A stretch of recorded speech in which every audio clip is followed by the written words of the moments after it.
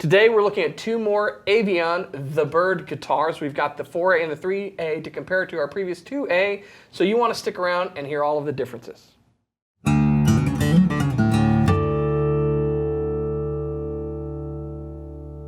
Hey, you're watching Alamo Music TV. My name is Chris McKee. And I'm Cooper Greenberg. We're here with Alamo Music Center in San Antonio, Texas, and you can find us online at alamomusic.com. If you're new to our channel, make sure to subscribe, turn on notifications, and like our videos. If you'd like to support the channel, visit the link below and learn how to become an Alamo Music insider. Hang out with the cool dudes like, well, there's us and then other people there that are cool. Anyways, so we are looking at more Avian guitars. These are the Bird guitars, and we previously looked at the Songbird and the Skylark 2A. And those are very, very cool. They're definitely different. Mm-hmm.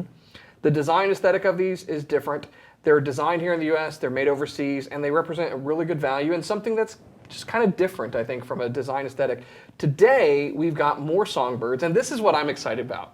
When we played those last ones, I really wanted to get my hands on this guitar. Yeah. Because this is the Songbird 4A, which really is in my wheelhouse as a player. It's a larger, kind of auditorium-sized body shape, and it's Sitka spruce and rosewood, and I like it. So yeah, it's cool. And this is the 3A, same body shape, same everything. Sitka spruce up top, but African mahogany back and sides, which I thought it was koa when I looked at it. Yeah, it definitely has the acacia look, and I would have to kind of dig into it. African mahogany, I think, is one of those terms that builders have used. I know Martin's used it before. It's not Honduras mahogany or even Honduras mahogany grown elsewhere. Like I know Taylor's sourcing a lot of that in Fiji now, but it's the exact same species. My understanding is African mahogany is different, and it probably is an acacia species. But it sounds great. It's a lot like mahogany. It looks like mahogany. It's got maybe a little bit more treble. Yeah. Maybe a little bit more. But between these two, we were already remarking how just playing them side by side, you can hear the distinct differences between the tone woods. Yeah, it's pretty, I mean, there are a few different guitars that, like, across all lines that you can say, this is the same one mahogany, this is the same one rosewood, D18, D28, and it's easy to hear the difference. Right. For some reason, these two seem to be, like, the most blatant. Really pronounced. Yeah, really pronounced difference. It's a nice little tone woods masterclass in terms of like really hearing the difference. So yeah, pretty cool. Yeah. So if you didn't see our last video on Avian guitars, you can click on the link above our heads and check that out. What that does, by the way, is pause this video. You get to watch that video, and then you get to come back and finish this video. So a little YouTube tutorial for you. But basically, if you don't want to watch that, I'll give you a quick rundown. I've been impressed with these. The fit and finish on them is fantastic. It exceeds some, I think, more well-established guitar makers that are maybe made in the U.S. As far as the fit and finish and attention to detail. The finish is beautiful. I love that these are outlined in flamed maple. It really frames the guitar in well. I like the rosette, that kind of abalone and rosewood. There's not a lot of specs on the website about these, and so I will tell you kind of what you can expect on these. So it's a weird Florentine kind of asymmetrical body shape cutaway. The bracing on them is a scalloped X bracing. I confirmed that by basically videotaping inside the guitar. The scale length is typical of what we'd see on like a Taylor or most full-size Martins. It's 25.5 inches, and the nut width is what I prefer: 1 7/5 inches, 1 3/4, or 44.4 millimeters, however you want to look at it. 25.5 is, by the way, what, 650 millimeters, and just real nice appointments. We didn't confirm if these are Gotoes. They look like Gotoes, and Goto does make branded tuners, but they say Avian on the back, and that's all we know from the website. So yeah, Jescar frets, which is again pretty typical. And about the only thing I'm going to say I don't like about these guitars is I wish they had the really cool headstock that the Skylark has, which is the A. Yeah. I'm telling them right now, y'all should just put that headstock standard on all the guitars because it's really cool. It's a very cool look on that headstock. I liked the headstock on the Skylark. Probably, I mean, I don't know. I've gotten to play these more because we've had the 2A, 3A, 4A of the Songbird. It's gotten me more on the Songbird kick. I'd love to see some more of the Skylarks in this class to see kind of the comparison. But these are just, I mean, it's a nice balance between classic, regular sound hole. Florentine cutaway is cool. It's modern and, it's... I liked some of the sound you got out of the Skylark, but I appreciate the slightly larger body shape and the resonance that you get out of the Songbird. Yeah. And Rosewood is my jam on a guitar like this. I think it's fantastic. One of the things that's really noticeable playing these two is, for me, this is a better overall kind of fingerstyle guitar that handles medium to light to medium strumming really, really well, and it gives you that classic bright, shimmery acoustic guitar tone. That one I like a lot for a very specific thing that I like to play, which is if you're playing kind of flat pick runs or bluesy type stuff where you want the accentuation of like kind of that mid-range, it really works well. Pitching the tent. Pitching the tent. Yes, that's the new On your term for EQ. mid-range guitars.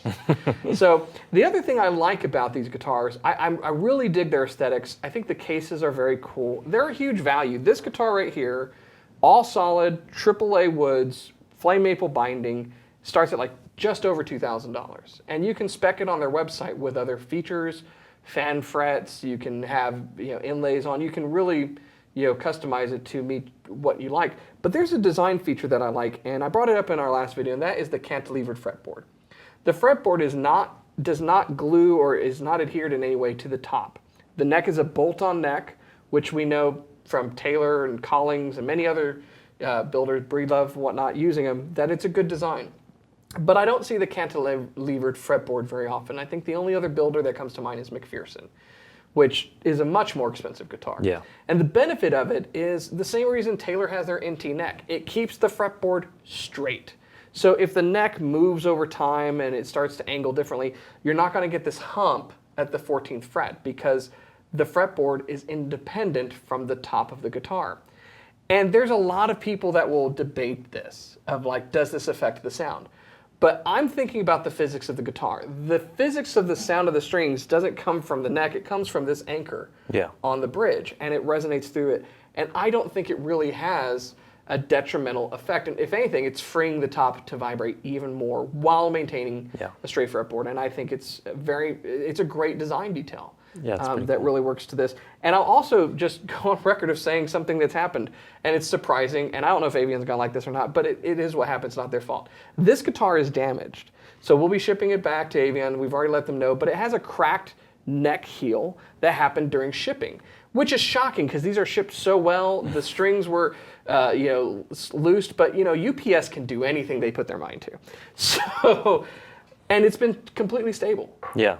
I tuned it up wondering if we wouldn't be able to shoot this video, or while we're playing demos, if we're going to have a problem. And I couldn't get it to move one bit. And I think that speaks to really a solid build guitar. Yeah. So it's unfortunate when things like this happens. We know as a dealer certain brands that are prone to damage. Gibson. And it just is what it is. A Gibson dropped in shipping, if it's tuned up and doesn't have support of the headstock, will show up in our warehouse with a cracked headstock. It just is what it is. We take more care in doing it. So these things happen. But what's interesting that I've always found with a guitar, like that blue Amazon guitar, right? Some guitars are built really, really well. You could tune them up even if it's damaged and you're not going to have a problem because of how stable it is. Others will fall apart on you. And I think that what's happened, unfortunately, with this guitar is a testament to the strength of the guitar. That it just kind of brushed it off. I doubt that would, if you didn't notice it or if you just left it, it probably wouldn't ever move. Yeah. So. Let's hear them. I want to hear you play these things. All right, we're going to put them through their paces. You can hear the differences for yourself. Check it out.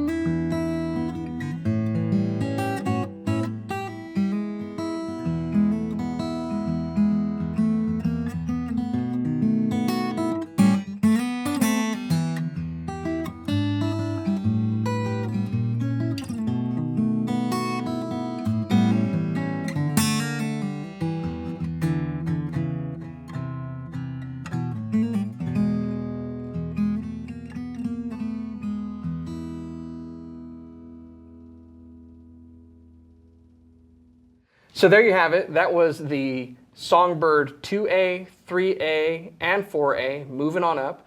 And I forgot to mention earlier, but just like the previous one, this video is sponsored by Avian so that we could introduce you to their guitars. Right now, you order these direct and they don't have a dealer network.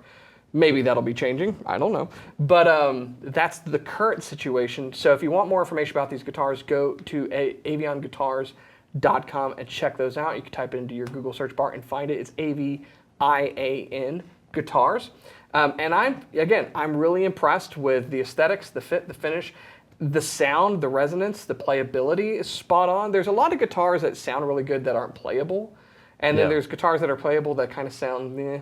And so when you can kind of, meet in the middle. And what's impressive to me is what you were saying a little bit ago. When you can hear the distinct differences between tone woods in a guitar. Yeah. In fact, we recently put my ears to the test with a blindfolded test, which you can't see on YouTube right now. That's exclusive on our Patreon channel. So, you can see how I fared in that. I think I did pretty well. Spoiler alert. Pretty good. But, I think that is, a builder should have its own voice. I think these definitely do. And it's definitely a modern kind of timbre. But you should be able to hear the differences in the woods that you're picking. If everything sounds the same, then there's something wrong. So that's definitely the case here. What are your thoughts on them? There's a certain, Je ne sais quoi. Yeah, absolutely. When you pick up a certain type of guitar and it's very crisp, bell-like, these have that nice quality. And I think the look, you think about going to certain higher-end shops where you do have the Collings and the McPherson, all that stuff. They fit in, the look, they fit in for sure with the higher-end boutique look. These remind me less of what you typically see from a factory guitar. Yeah. And more of what you see from small individual luthiers or small shops. Yeah. Just guilty pleasure of mine, I'll confess. I regularly go to dreamguitars.com. Those guys are great. They run a great shop of stuff that I just dream of playing or owning.